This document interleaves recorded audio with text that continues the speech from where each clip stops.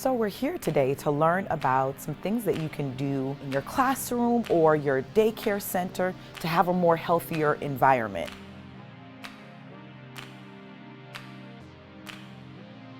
First, we're going to start with candles. These are one of the things that you don't want in a classroom or in a child care center, as well as man-made air fresheners.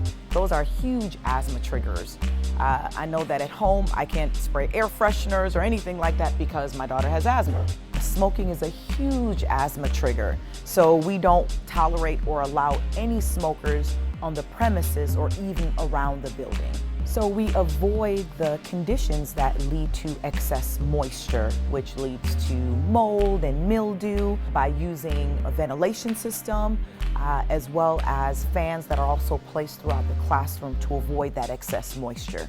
We repair water leaks right away, and humidity is kept in a range that doesn't promote growth of any type of mildew or bacteria. Another great addition, which leads to great air quality, are actually plants. With the hundreds of cars that we have coming to the school, one of the things that we also don't permit are buses or cars to idle when parents are dropping off children. It's one of the things that we do to make sure that we're creating a really healthy and safe environment.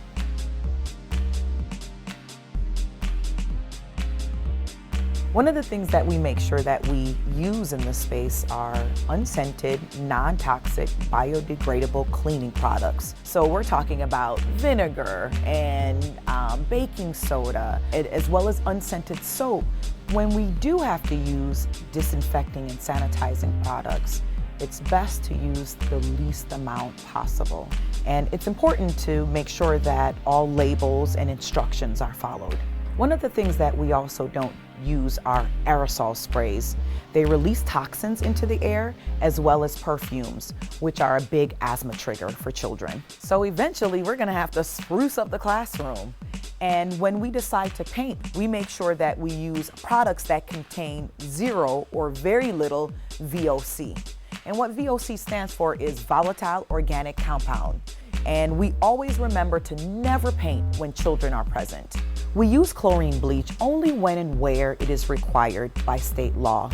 We make sure that we use it prudently and don't use more than what is needed. One of the things that we also want to make sure is that we don't use bleach around the children. So I'm sure you all know great ways for children to clean. What are some things that you all would recommend for children to use? One thing would be just plain water or unscented, we have some unscented dish soap that we could use also.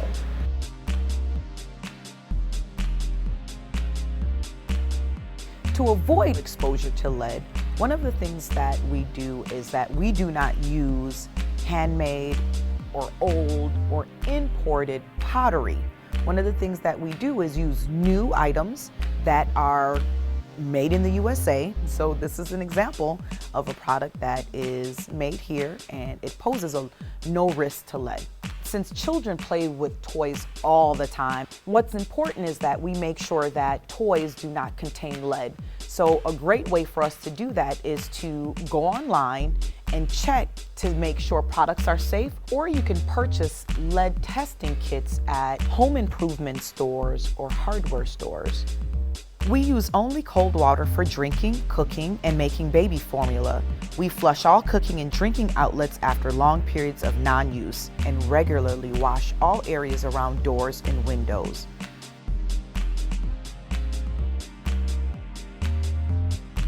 So what type of thermometers do you all use? Well, we don't use any thermometers that have mercury in them.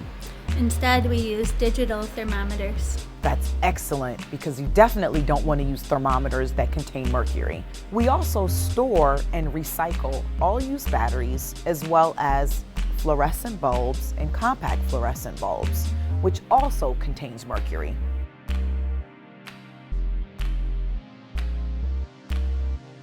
Furniture such as couches, pillows, stuffed animals, all have foam in them, and foam is flame retardant.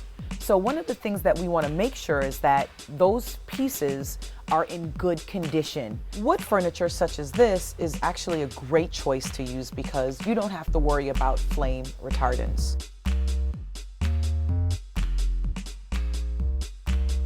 It's important to use non-toxic art supplies, and you can simply look for the non-toxic seal, AP, and here it is.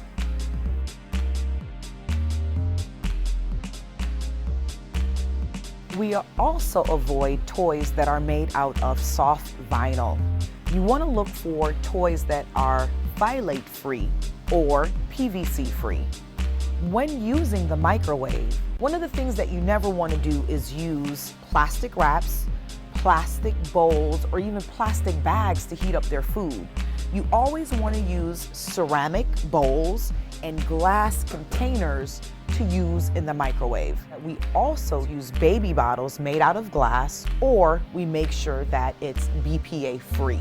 A lot of times for lunch, the children bring those plastic containers, and I know that they're not safe. But I was wondering, what about paper plates? That's a great question. I think paper plates such as these are absolutely safe. They don't have any dyes or colors in them that can emit any chemicals.